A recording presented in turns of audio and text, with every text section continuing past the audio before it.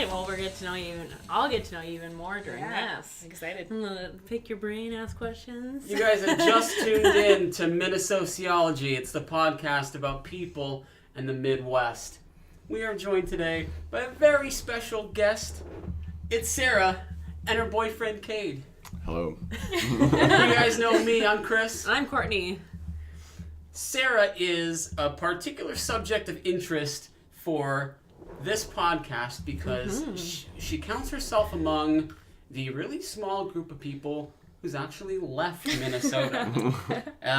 Which brings me to the first question. Were you actually born here? You were I was born and raised here, okay? Yes, I was born over in Maplewood, 1990.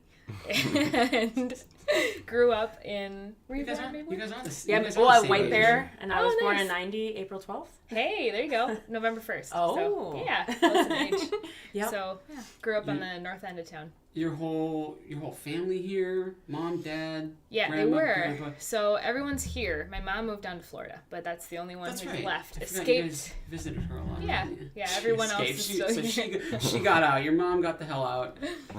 You got out. I did, amazingly. And, astonishingly. Yep. And I say it in jest, but this is a real observation that I made. I arrived in Minnesota right at the end of junior high, very beginning of high school. And out of everybody I've personally known from that point till now, I can think of 3 people who have permanently left Minnesota, and one of them is in La Crosse, Wisconsin. And that doesn't really count. He lived in Winona, he married a girl, they moved to La Crosse, but it's still too close. You know, I can't call him an expat, as you called it earlier. So we want to hear about your experience as somebody who grew up in the Midwest but didn't feel so rooted here that you needed to stay. Because I think, and a lot of people I know agree with this, it is scary and it's difficult to uproot yourself from the security of a really big financial support network, emotional support network. That's a lot of things to walk away from. So tell us a little bit more about how you arrived at this point in your life.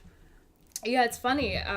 It was really just work-based is the funniest thing. I had no clue about Salt Lake City before I moved there. In fact, my lack of planning would probably scare a lot of people. I remember it was like a week before I was due to leave for Salt Lake City. I'd already been like, yes, I'll take the job. Like, I'll do it. Great. And I finally got on Google. Like, I'd asked a couple people. I was like, so what's it like in Utah? What's Salt Lake City like? And they're like, well, I don't know. I think there's like a big lake there. It's by the mountains and stuff. People go skiing there. And literally, this is me a week before I leave on my computer. I'm like, I guess I should Google it. Like, do a quick image search. See what I'm getting into. Yeah, so I remember I like looked through maybe 10 pictures. And then I was Look like, at pictures so that you knew when you got off the tarmac, oh, okay, I'm at least in the I'm right actually place. here. Yeah, I had no idea what I was getting into. And it's funny that you talk about people not leaving Minnesota. I don't remember which class it was, but we had a teacher who was like, yeah, most people I know grew up in Minneapolis and end up living within like 4 blocks of where they grew up. Yeah. It's a crazy thing. So, Tell her how close we are right now to your grandma's longtime home. Half mile. no way! My parents are 4 miles and work is 4 miles. Yeah, it's Yeah. so true. People just kind of stay. And I had a great network here. I have a great network here. I've got my whole family, such good friends and coworkers, loved ones. And I guess I never really thought of myself as leaving that when, we're so connected today with phones and internet and everything. I knew I'd be visiting often enough that I'd maintain relationships and stuff. So that never really fazed me. I knew that I'd develop a new family of friends and stuff in Utah as well. And I didn't know if it would be a permanent landing place or if it was somewhere. More likely, I figured I'd live there for a couple years and then either end up coming back or end up somewhere else. So it was just a stopping point, I think. What did your friends here think about you leaving? Like, I know what I thought, but it's a little different because, we work together and we're still connected through corporate channels. But what was the consensus between people your oldest friends, the people that you spent the most time with? How do they take it? They all said, "When will you be back? And is it a permanent move?" Yeah. I still struggle with that. Like, I know Ashley and Dave, my longest friend Ashley, I've known her since I was a baby. Like, we went to daycare together and everything. And every time I see them, Dave, he's a cop, so he's very, like, I don't know, maybe direct about these things, but he's like, "When are you moving back?" Ashley's having a baby. Just, like, puts the pressure on constantly. She's in need of a godmother. And you're not here. Right. So he's pretty direct about that, and it's hard for me to give him an answer, up until this point. Meeting KADE, I guess, has changed things to that I would stay there now, but up until recently, I would be like, I don't know, a year or two, I'll be back, but never really knowing when I would be back, for sure. You went to school, like, same schools, Mm-hmm. like the same middle school, same high school. You didn't really, like, move in the city or anything like that? Were you always right around the same place? Yep. Up until your adulthood, when you started moving into your own apartments and stuff like that? Absolutely, yeah. Oh my gosh. Yep. And that's the funny thing about it is most of the people I meet who get stuck here, they stay here, they're those kind of people. So there's obviously something fundamentally different about you.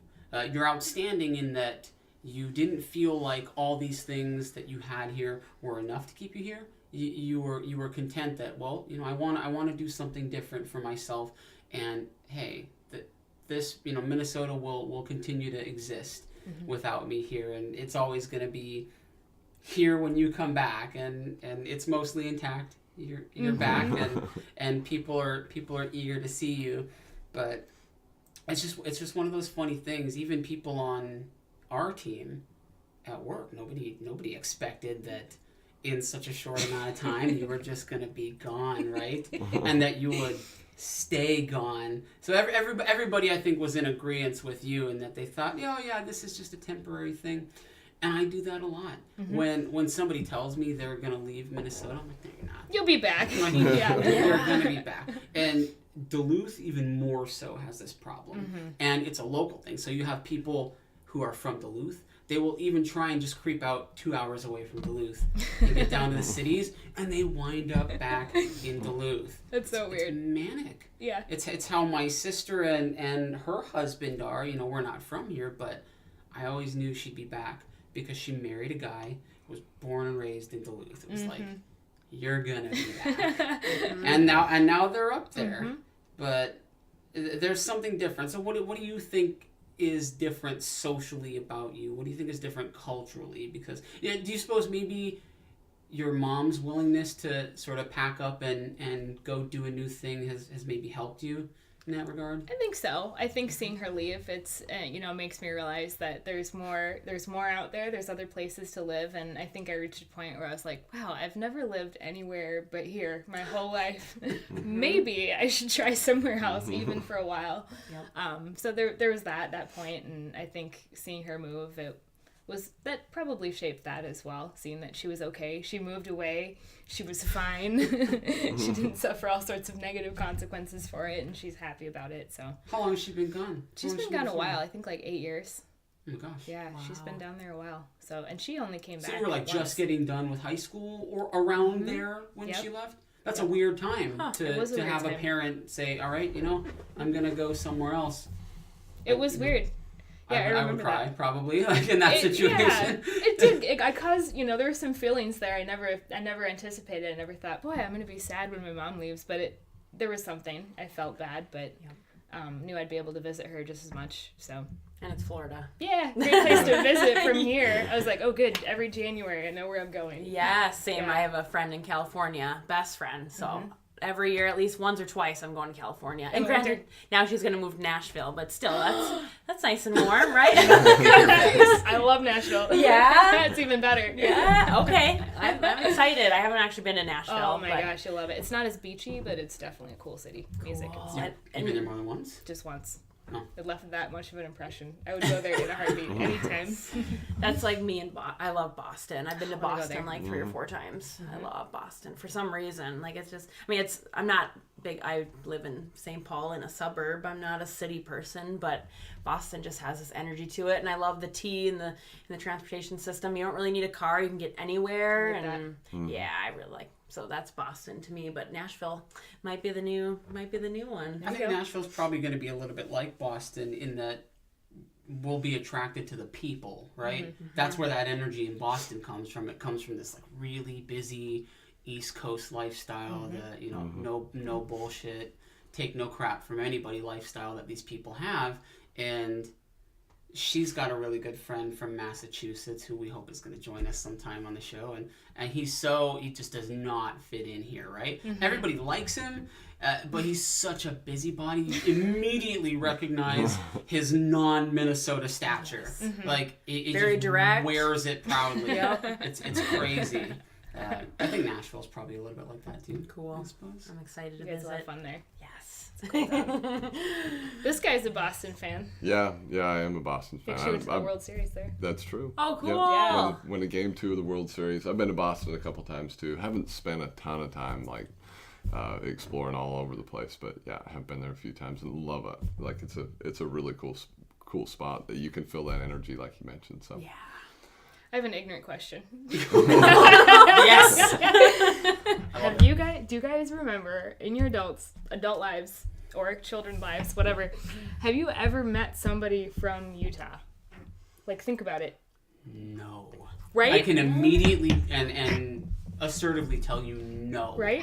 I don't. Do they not leave either? No. Utah doesn't leave People either? do not leave That's- Utah. She looks at So, you. yeah. No, they don't. So it's funny, I hear you guys discuss like the Minnesota culture and that nobody leaves, and I feel that there's a lot of similarities with the people of Utah that are kind of in that, I don't know if you want to say stuck, but they're, people don't leave there nearly as much as some of the other places. Outsiders consider it stuck, but the people who live there don't look at it like that at all. And now at this point in my life, after living in as many places as I have and winding up here, owning a couple properties, getting really established in my career, it's like, will I leave? Maybe not. I'm happy with being here now, but would I have been happy if I was born and raised here? Probably not. Like, I needed to go through that experience, and I'm sure you feel like you're growing a lot too, Sarah, just getting to experience this, and all wonderful things happen to you while you're down there too, and that's awesome. That's really cool. And I don't think that's an ignorant question to ask. If you guys would be like, of course, met a bunch of people from Utah. Because I never did. I Okay, never did. who answered that? Who answered that question that way so far to you? Nobody. There can't be anybody who looked at you and was like, God, it's an ignorant question. You are unworldly. So No way. I've got a question for you guys. What do you guys? So now that she's asked that question, what do you guys think of when you think of Utah? I mean, be honest. You can. I think probably just the plain old stereotypes. Yeah, which a are? conservative pocket of unusual religious persons. Yeah. But I somehow doubt that's the reality. And I'm Right. not the kind of person who's going to prescribe to a stereotype like that, because I've lived in so many different climates and cultures that, like, there's no way it's pigeonholed to just this one little isolated weird group. Right. Yeah, that's what I've heard. Is, What about you? is Procter & Gamble in Salt Lake City? Procter & Gamble is up. They are in Utah. I had a friend that moved there from 3M. She got a job I wanna at say Procter they're up Gamble. in, That's like Logan. that's my only Utah. Yeah. Somebody who moved there. That's it. Yeah. That's it. And now we both have the same soul connection to Utah as a single individual. KADE. You are representing Utah for all Fantastic. of us. Well, That's a lot of weight on your shoulders. It is. Right. Now you got to represent an entire state. Well, I've lived there my whole life, so I can probably do a great job of representing them, I think. So. Yay. What do you feel like is different? Like your first take, right? Imagine, recall for us like your first couple months in Utah. Were you all up in like temp housing, Yeah, like some business corporate housing. units kind of thing? So tell us a little bit more about like socially what that endeavor was like for you. It was, yeah. it was interesting. So I think the biggest difference right away, obviously people talk about like the different liquor laws and everything, which is there's something there, like that's true. Here in the neighborhood I lived in, Northeast, it's like brewery, like liquor store, beer, distillery, and just everywhere. I don't think I'm even aware of what these liquor law differences I was gonna are. say, what are they? And lighten us. Can you explain? I can explain. So yeah, there's a few, I think, differences that are unique to Utah. For instance, 3.2% beer out for alcohol that you can buy at the grocery store or at restaurant. It's all 3.2. So and I think most other places are a little bit higher, 4 to 5% alcohol, but they keep it at 3.2. You can't buy any alcohol, I think, past 11 p.m. till 6 a.m. anywhere, which I don't know. Is that a good rule? I don't think that's all that strict. Right. I mean, if I'm being fair. Get to the stricter ones. Okay, so some of the stricter ones. We were actually discussing this just last night as we were at a restaurant because the waitress came and we ordered a drink for somebody that wasn't there, and they says, "Is this for the person that's not here?" Anyway, long story short, it brought up the point in Utah. Oh, you didn't know to just say no, it's for me. Right? Yeah. Okay. I didn't think to lie. poor Right? judgment, We're yeah. honest in Utah. Oh, blasting us. No, but in Utah, you can't serve, you can't have two beverages in front of you at one time. So I don't know if that's unique to Utah. There's a lot of establishments that I think are not going to let you just walk away with two, but there's also Right. a lot that aren't here. That's interesting. So You can't get a double. You can't get a double. If you go inside of an establishment that doesn't require a membership, so essentially, like if you go into any restaurant, you have to have food served with your alcohol. You can't order. Can't have it before. You can't have just. I mean, you can order it and they'll bring it to you, but you have to you have to have food on your tab. I mean, as somebody who have hates catching a big buzz on an empty stomach, Yeah. I'm down with that rule. Right. I like that because typically I don't want to drink half a beer before my food's up anyway. Yeah. I mean, and the other thing is, so like if you go to or if you go to an establishment just to drink, it would require a membership. So you would have to buy, either hold a membership to a bar, or they would charge just like a one-time cover charge to get into Now the this bar. is getting weird. Yeah, it gets weirder. So we were walking through the airport last night, and we were talking about liquor stores or something. Yeah. And Oh, it yeah. was so funny that Kade asked me this. He mentioned the state liquor store. Like he's like, oh, the state liquor store, and it reminds me that the liquor stores there are run by the state. They are. All liquor Well, it's stores. a smart idea because you can collect revenue on it. Helps support infrastructure. Yeah. I don't think it's a terrible idea, but you cannot buy any alcohol besides beer outside of a liquor store. Right. So you have to buy all your wine, Like pseudo any of your prohibition. spirits. Yeah. Like borderline And- prohibition. Do you guys have like real bootleggers and shit like that? The moonshine. No, believe it or not, that's not It's part not of a the problem? culture. Okay. Oh. Not part of the culture. You would think maybe that would be an issue, but No, you gotta but go it's a couple really not. states east for that. Yeah. Right. There's as many liquor stores as there are Starbucks in Minnesota. There's like every block. There's a Every store. block, Just right? in Yeah. case. So Yeah. there's basically a state liquor store in probably every town, I would say, but there's only one. And They close at like 7. yeah, and they literally close at like 7, right? And so any of the holidays, You gotta pre-plan. yeah, because it's crazy. We went, where were they? It was this holiday. I can't remember if it was Thanksgiving or if it was Christmas, but I think you stopped somewhere and you're like, I'm not going in there. Like, it's crazy. Like, the parking lot's completely jammed. 100 people in line. 100 people Yeah. in line, So again, all state run, and you can buy a higher percentage of alcohol, like a lager or something in a liquor store too. But again, all 3.2 in a convenience store Or on tap. If Or on it's tap. 4% or less if it's on tap. Yeah. Which Yeah. is different. So that's one difference. So that's one difference. Anyway, we dissected that. For And and they just changed this in the last decade or so, but Utah County used to be, and Utah County is kind of notorious for being probably the most strict, or having the most, associated with what you described earlier.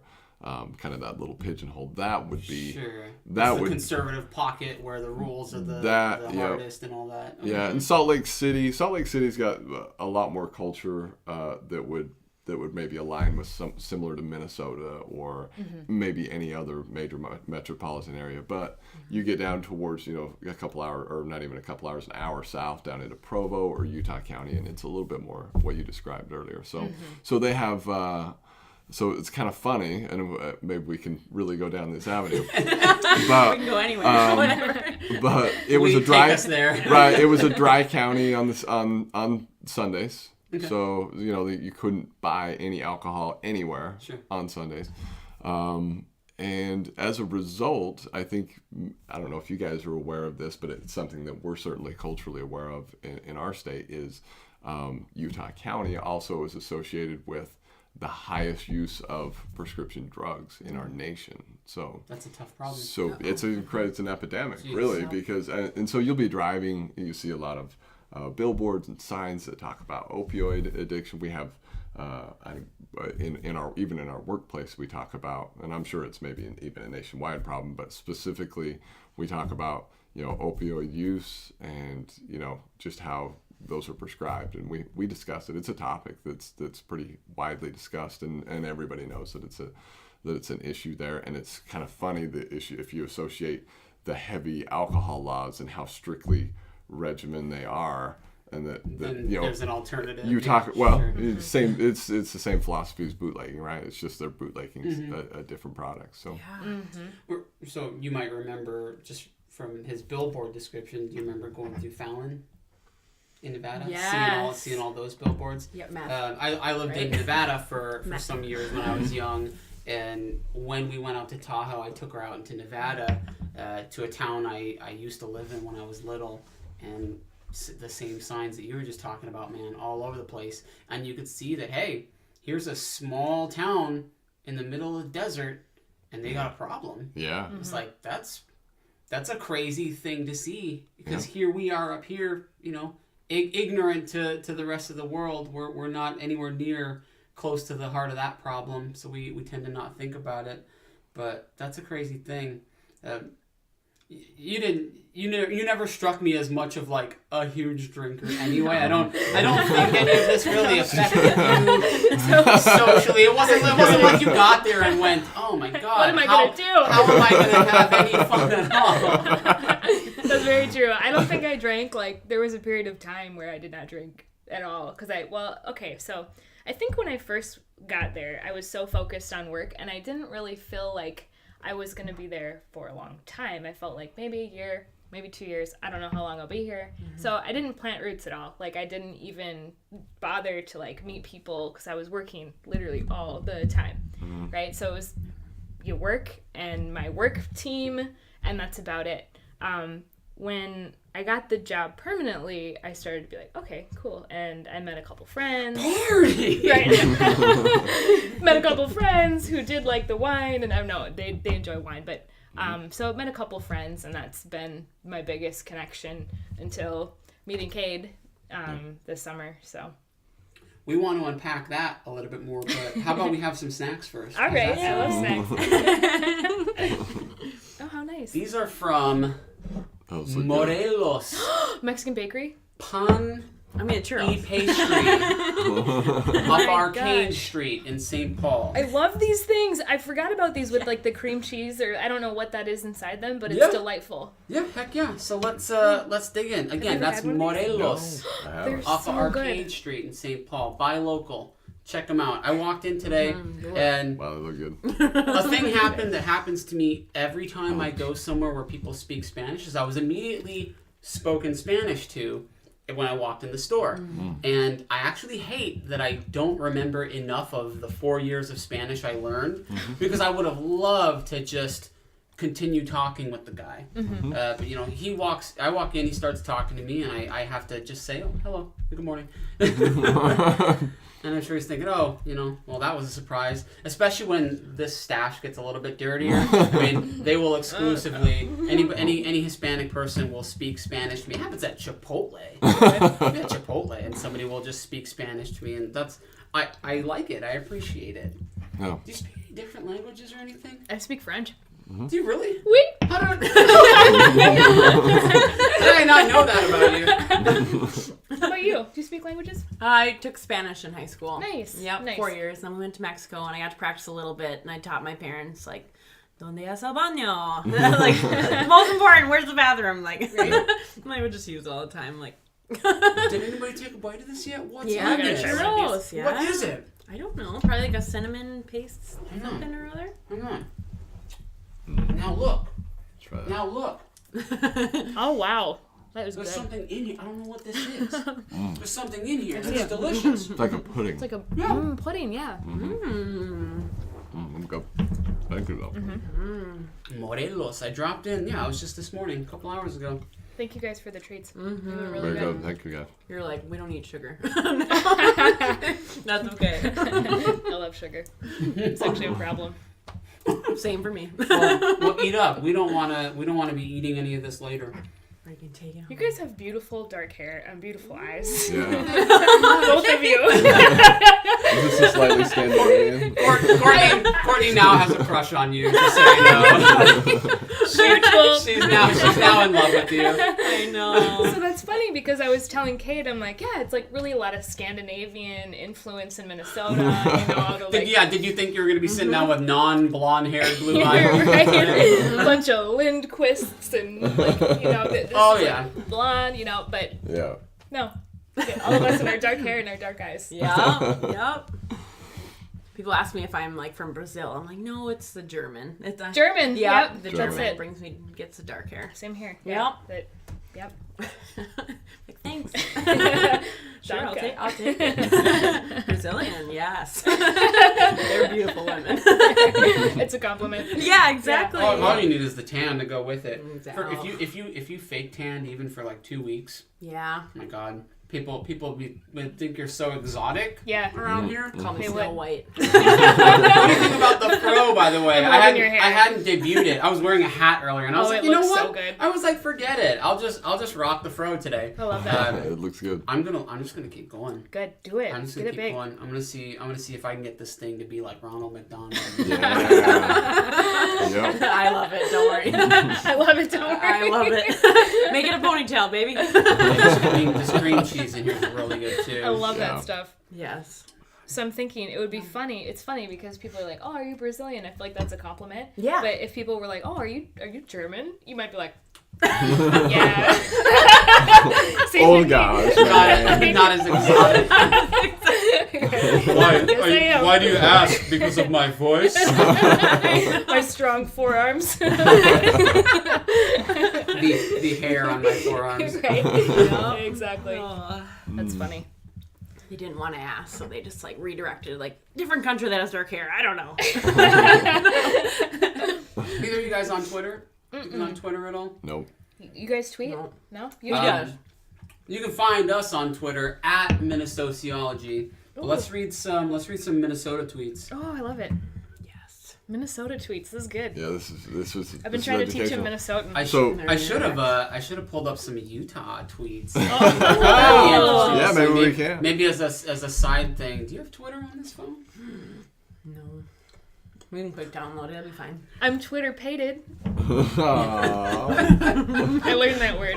What is Yeah, she didn't know that word. What is she's that? in love. Yeah, see, I think you have to be not from Minnesota to know that word. I love that you know. I love that you know that word. Yeah. Because that's one of those things that I think you could ask 20 people, 19 of them will have never heard it before. Is that I've true? never heard it. Yeah. Yeah, Twitter yeah. hated? Cute. Wow. Well, there's another different thing about Utah. I think that 19 out of 20 would know it in Utah.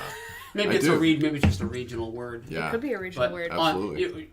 Minnesota tweets, I mean, you'll find some regional words, but let's just go through some of the the prime tweets I selected, handpicked for your listening pleasure. Oh, this is great. I'm learning everything Minnesota, right? So I have never been in the state of Minnesota before about 7 o'clock last night. Ooh. Right? I mean, I might have been in the airport. I think I've been in the airport a couple times, but I mean, I've never explored Minnesota. So this is all new to me. So yes, I would love to hear the tweets. Maybe educate me a little bit. From @Somali John.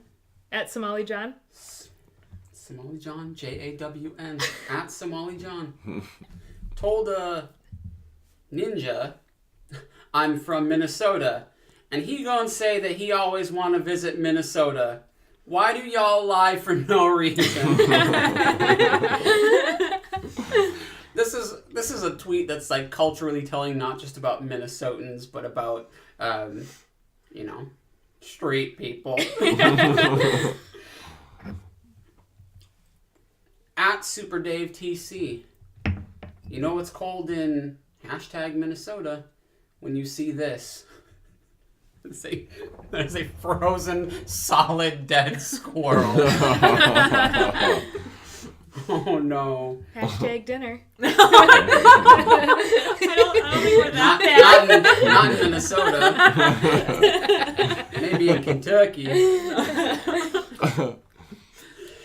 @937 Jake Sorensen says, Minnesota is dumb, followed by the Wikipedia definition of Sky-U-Ma, which will enlighten KADE. Sky-U-Ma is a slogan used at the University of Minnesota since 1884. U of M rugby captain John Adams heard Edina boys yell Sky-U when they won canoe races on the lake in Minnetonka. A co-captain added the ma to make it rhyme with raw. Oh my God. So I'm going to agree with @937 Jake Sorensen, Minnesota's dumb. I always thought that had some like Native American origin or something. I thought it would be something really cool, but it turns out... when they changed our Calhoun to Lake Bidet Maka Sky, you thought it was one of those things? Yeah. And now that I listen to it, I'm really like it was an Edina boy. Edina boys. Oh man. Complete nonsense is what it is. Edina boys. Cake eaters. As they call them here. From @WhatTheFFacts in Dorset, Minnesota, a 3-year-old boy was elected as mayor. What? I had to find out more about this, and even just a cursory glance on the internet revealed that evidently Dorset is like a 3-family city. So this 3-year-old boy was the mayor for a year term. Wow. He lost the next election to his 16-year-old brother. Oh and then that brother lost the next election to another one of the 3-year-old brothers. So, I mean, this is a gross oversimplification of how dysfunctional things are politically in Dorset. Can you imagine the smear campaign he was running? Like literally just smearing people on the walls. 3-year-old. Sending mailers to his own house. My brother's a big duty head. Not for me. From @NessRose. Ugh. Minnesota nice is nauseating. Oh. That's true. No, I don't know if KADE knows what Minnesota nice is. Yeah, What do you think it means? Minnesota nice? Mm-hmm. Minnesota nice. Yeah, I would have to say, if I was to define it, would be to maybe the people here, or maybe that's something used to describe the people. You're half right. That's the perception of it. But as @NessRose knows, it's a giant facade. People here are very nice to your face. That's true. People here don't have the courtesy that Bostonians do to just be not nice to your face. That's true. People here will be nice to you to your face without reason, but the complete opposite when you're not around. And that sort of was part of the birth of this discussion and this platform to talk about the cultural identity of Minnesota. Yeah. Minnesotans know about it. Interesting. Well, I'll have to beware of that, I guess. Yeah. Don't worry about us. That's we're the real odd, Yeah, I'll have to listen to your oddballs. next podcast to make sure that Check you know. in. Like you like hockey at all? Do I like hockey? You like hockey at all? Yeah, I do like hockey. From at Muterobra. We don't do the fucking wave in Minnesota. Hashtag Minnesota Wild. Morons. Not bad. Utah. At Muterobra. You're wrong. That's been Minnesota Tweets. I love that. So what do you remember of the Minnesotan that I've taught you? Say that again. What Minnesotan words or phrases? Oh, without a doubt, oofta. Oh. I'm still waiting. I'm said still waiting to hear it in its genuine format. Like for somebody to just say it casually, oofta. Oofta. Yeah. You're not hanging out in the right place to hear it in its native Right. context. You'll need to go up to the Iron Range, maybe hang out at a VFW, and when one guy is getting up from his seat and bumps in to the 56-ish-year-old woman behind him, then you're gonna hear it. Oofta. I asked her before I came, do you think I'll hear that word? It's quite possible. In context, Right, that makes sense. Yeah. Yeah, so looking forward to that. I'm gonna and then a lot of, accents, bags, and bagels. You mean bags? Bags. Bags. B-A-Y-G-S. Bags. Bags. Yeah, there you go. And they hate when somebody says bags. They think you're saying bags, like a Californian or something. Bags. So, Exactly. Bags. Bags. so have you picked up the accent since you've been here? Have you been here? No. No? I more than half my life here I haven't. It doesn't even creep out. Yeah. And I say words in. I don't sound like a Hawaiian either unless I'm hanging out with people who are Hawaiian. Then it just flies out. But like I say words like both. Do you say both or both? I say both. Both, like with an L, right? Right. Both. I never noticed that. And they don't? I think people here tend to say both. Both. Both. Both. We're both gonna go to the store. Okay. You want to kick off round 2 while I stuff my face a little bit more? Yes. So we wanted to, when you moved to Utah, you obviously new state, everything's new. How was it like to know no one? Yeah. Did that scare you again? Not really. Like I guess I have confidence that I can meet people and find people that I like no matter where I am, and there's good people everywhere, so I didn't worry too much about that.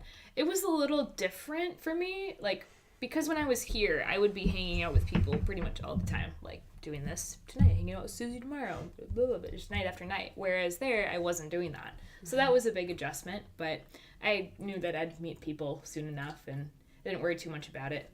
And all the while, I'd keep in really close contact with my friends here, and I'd come back. I'd be back like once a month. So it seemed, wow. Yeah, it was quite a bit that I'd be flying home and visiting everybody. So that's good. Yeah. I don't really even know what kind of hobbies you have, which is weird for having known you that long and occasionally hanging out with you outside of work. I actually don't know what you like to do. What's there to offer out there that you could have latched on to same as here? Like, it sounds like you guys got probably pretty good skiing, I would imagine. Yeah, sure do. Do you do anything like that? Yeah, we do. So snowshoeing is actually something that we started doing. We really want to together. start. We really want to start. Awesome. Our Boston friend loves snowshoeing Yeah. too. So You guys would It's a really good like workout. it. And it's, Recommend it? Okay. Yeah, and it's really a recommend great it. workout. Yep, it's incredible. So we were looking up like how many calories per hour that you burn snowshoeing. It's like because you got a high step every single. Oh my God. It's amongst one of the most rigorous, highest calorie burning workouts. So you guys are you got your gear on, but you're just sweating under all your gear. Oh my goodness. So sweaty. Yeah. We did. I remember. Well, we've been once or twice. Yeah, a couple times. Couple times. We did a really long snowshoe trip that was probably biting off more than we could chew at the time. Right. It was a great workout, but when we got to our destination, this little cabin, and we were just starved because of like Yeah. the calorie deficiency that we'd Yes. accumulated. Yeah. It's 3.5 miles to the cabin, Yeah. and we did 3.5 miles back down. So yeah, So it we was were 7. ravenous. Yeah, and we ended up, and it was kind of funny because we're all sweaty and we start taking off clothes and there's steam and It was really crazy. Just flying on. good though, yeah.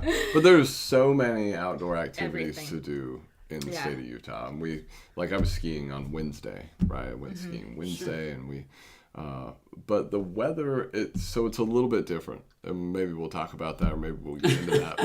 But it is a little bit different in the sense that, we're a little lower latitude, around the 41st degree, and where we're about 4,200 feet elevation where we live. But the mountain's right literally in our backyard. Yeah, you can go 4,000 to 8,000 Or- in like a 5-minute Yeah, drive. more like the mountain that's right behind our house is at 9,800 feet, so just below 10,000. It's like right there too. Yeah, Yeah, it's and cool. it's literally right there. Well, as a matter of fact, there's mountain goats on it, and so I'll use my optics to look at mountain goats from my living room. Just glass and mountain goats Yeah. from the living room, huh? From my living room. Just glass And it so on them. So I've Google searched it, and from my living room to the peak of the mountain's exactly 6 miles. So you literally, it has a almost 5,000 foot ascent in 6 miles. So and actually that's actually a much shorter distance. We live a couple miles from the base of it. So See, this is So crazy things like that. because I don't think the average Minnesotan, who is typically more of an outdoors person, that we've got a lot of that here. I think the average Minnesotan would hear that and get really excited, but there's no way people have that perception that there is a lot to offer in the outdoor activity arena. oh, it's incredible. It's amazing. Yeah, it really is. So is where I was kind of going with that too. So we live at 4,200 feet, but when we left Utah yesterday, it was 51 degrees. It was really warm. So Nice. as we were just discussing this morning, I'm like, do you guys just get snow and then there's just snow here all year? Because a lot of times we'll get snow, and we could even get a substantial amount of snow. We could get a couple of feet of snow in an extreme case. But usually within a couple weeks it will melt away, and we're back. We have grass in our front yard right now, and it's 51 degrees. We're in a giant And- refrigerator all the but- time.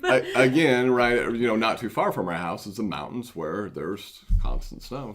Caps all winter So we've long, been we actually have picked up a fun hobby of playing pickleball. I don't know if that you guys too. have ever played. Is Pickleball. Is pickleball the thing that is like a small version of tennis or Yeah. volleyball in Or- usually a concrete floor and a short net? Am I Yep. thinking of the right thing? Or a big version of ping pong. Yeah. It's Oh. probably almost a better way to put it, You right? use a wiffle ball. Yeah, you use a I wiffle didn't know you ball. use a wiffle ball. Yeah. Yeah. It's a special And then wiffle ball. and a special paddle too, Yep. then, or? Small Yep. paddle. It's like a large ping pong paddle. Yep. A little heavier. And the ball is not quite like a wiffle ball baseball. It's a little heavier, a little thicker. It bounces a little bit better. It's a fun Super sport though. fun. We've been doing So, a lot of that. Yeah. This is almost too exciting. But what I'm curious about is pre-KADE. Yeah. Right? Yeah.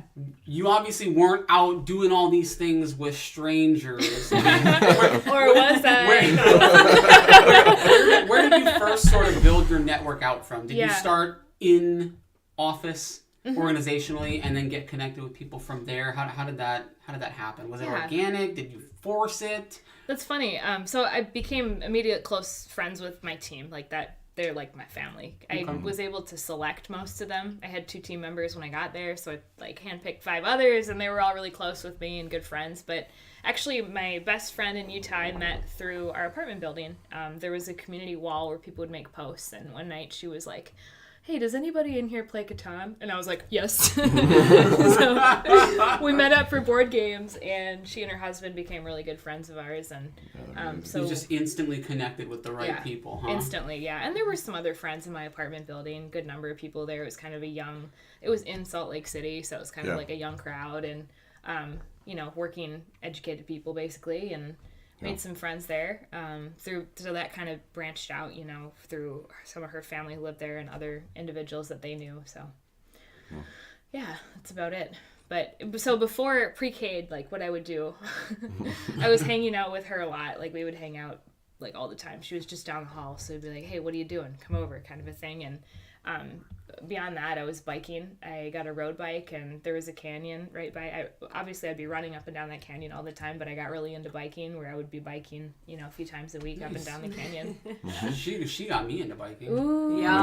I didn't know you were into biking. Yeah. That's really cool. Yep, Yeah. we biked to Stillwater and back, which is how many? It's like a 30-mile bike wow. ride On the Gateway? on the Gateway. Oh, I love that trail. Yeah. That's such a nice trail. It's like 6 blocks that No way. way, you have access over here? Yes, Oh yeah. my gosh. That's amazing. I love Stillwater too. Yeah, Stillwater's beautiful, and it's just like, I mean, you have some roads that cross, but it's mostly just bike trail. Yeah. She was educating me this morning about that Minnesota is one of the most bikeable cities around, right? It's Minneapolis true. is I'm bike sorry, lanes I think we Minneapolis. were everywhere. considered like top 3. Yeah. Were we the second highest, and then it was something like Portland was the best one or something like that. Yeah, I could see that. Our bike infrastructure is really good here. So but here's the weird thing about Minnesota, right? I've had a road bicycle now for 2 years almost, and like I talk enough about bicycling. I ride my bike to work. I cannot seem to connect with people who want a bicycle. Oh my gosh. Really? It's just one. It goes right back to the heart of it. Yeah. I don't know what it is. I thought in Minnesota. I thought having a dog was gonna get me a common connection with other people who had dogs. Minnesota's the kind of place where you'll be walking your dog, and people will cross the street to Really? not encounter you and your dog with them and their dog. Just even if it's going to be incident free, people don't even like to stop and let the dogs say hello to each other. I'll try and strike up conversations with people while walking my dog. People are just like stranger danger or something. I don't know, man. People are very guarded here, I feel like, and it's hard to make friends here. Well, when you said That's the true. when you said the Catan thing, I immediately pictured the inverse, right? I pictured coming to Minnesota and being the person who says like, "Hey, anybody like Settlers?" And somebody going, "Yeah, we play," but then not asking you to play, not being like, "Hey, you wanna come? We have a thing." Like that's where the conversation stops. Yeah. You would think that that's the natural next step, right? Right. So right. she's nodding and laughing because that is how people do things here sometimes. Yeah. I could be like, I have a road bicycle. Oh, me and somebody too, would be like, yeah. I love to bike. Yeah. That's it. It's like, now all of a sudden it's on me to be like, to awkwardly go, do you want to ride bikes? I feel like I'm 8 years old again. That's so true. It feels so true. weird. Yeah. It feels incredibly strange. Yeah. Oh. Well, you guys, Stop. I what? just can't stop. Yeah, you don't So eat good. I can't churros. stop doing this. That's okay. So does Salt Lake City have a state fair? Yeah, that's It funny. Does have a state fair. What? Yeah. Small. But it's Small incredibly small. compared to. So I can't believe you didn't come to the fair with me. Next year you gotta come. I know. Did yeah. she leave you behind to come to the fair this I can't last summer remember and what you the didn't situation go was. with? Yeah, I came to the fair. Yeah, she came to Minneapolis to come to the fair, right? Yeah.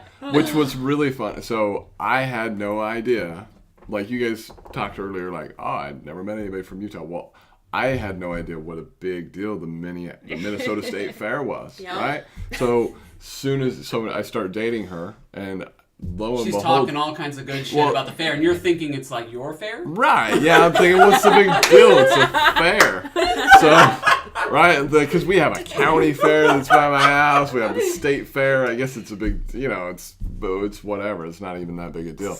To be honest with you, even in the Utah State Fair, I've been to the Utah State Fair one time in my life, once.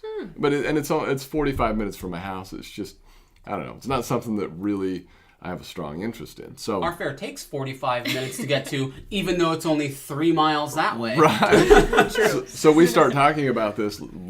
Soon do I find out that I have 2 of my close people that I talk to on a regular basis. They're like, oh, I've been to the Minnesota State Fair. I've been to Minneapolis. Like, one of them was here this year doing a horse pulls. Like, they do like teams of horses with Clydesdales and stuff like that. Cool. And it's huge. It's like the national championships aren't here, but it's one of the biggest. It's the biggest. So had you venue seen that they do. any pictures of our state fair? I have from Sarah, who Now you sent have. me pictures. Did that which freak you out? Yeah, it did. I'll be honest with you. when you take a picture of something that's, of a street that looks like it's 60 feet wide and it's 400 feet long and you can't move. Yes. It looks like a Where's Waldo drawing. Yeah.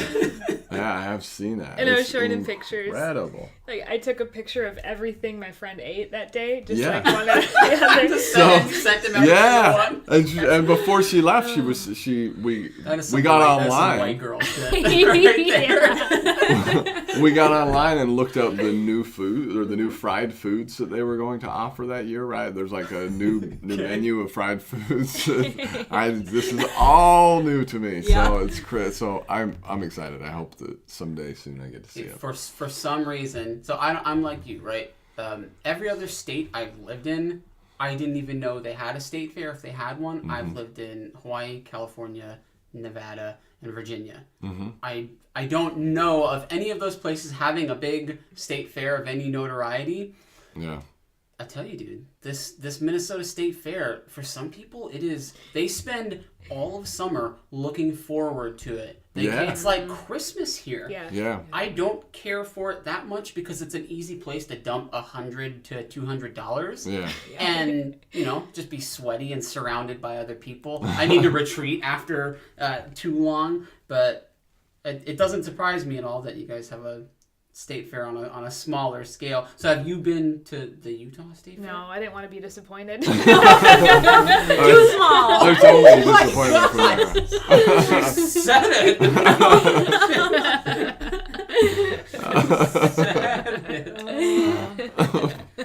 Anyway, listen, I really appreciate you guys coming out today. I know that you didn't have too much time this weekend, but it's been just tons of fun getting to talk to you guys. Yeah. I don't want you to go We're just hanging out forever. But so this is what this thing is about. What's your initial take on Minnesota as sort of like a closing topic? Well, I know it's only been 12, 16 hours or something. That's right. Was it? I'm putting the weather aside, I know it was colder than you expected. Well, yeah. So I'll give you a couple of things on that. First of all, my favorite person in the world comes from Minnesota. So, right? Did you hear that? So, make her having known that, look at that. But having said that, so I automatically have this pre-notion that that everybody here is nice, and I actually have a young lady that works for me that is from Minnesota as well, and she is incredibly nice. And one of my very best friends, we have a different business that we run. It's an outdoor business, and we bring in clients from a lot of different places. Well, it seems like all of our clients from this part of our nation seem to be incredibly nice, gracious, kind people. So I got to tell you, just coming here, just on the front end, I have to tell you, I mean, I would assume that everyone is very kind and nice and gracious. So that's my perception from the outside in. I've been on the ground here, like I said, 12 hours or 16 hours or something like that. Sure. And I know that like you said, you just like you described to Utah, you kind of have this outside perception, but that's at least a perception from where I come from, and that's. Well, I'm sure she keeps really good company, right? Yeah.